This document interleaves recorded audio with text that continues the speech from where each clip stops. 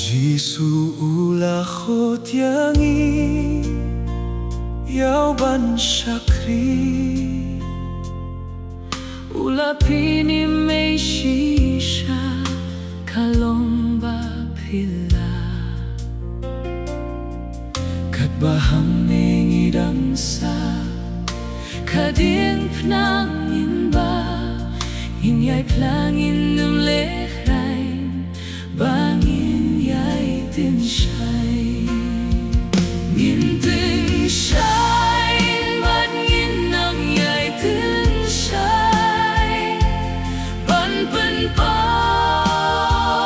burong mutray hapurtay dang bun badang syahum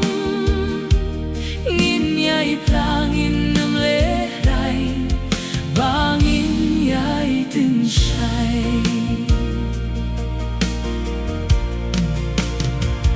lajing e bun sien kiban kiboru soitan nginyay tur nginyay chafrang lay ngim kenran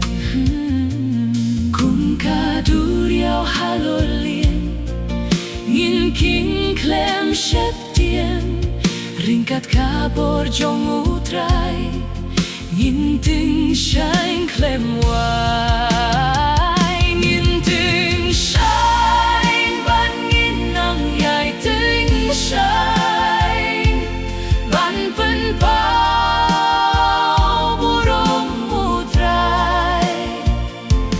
hapertay dang bun badang syahum ngin yay plangin num lehray bangin yay ting shine kumbatray usya shitom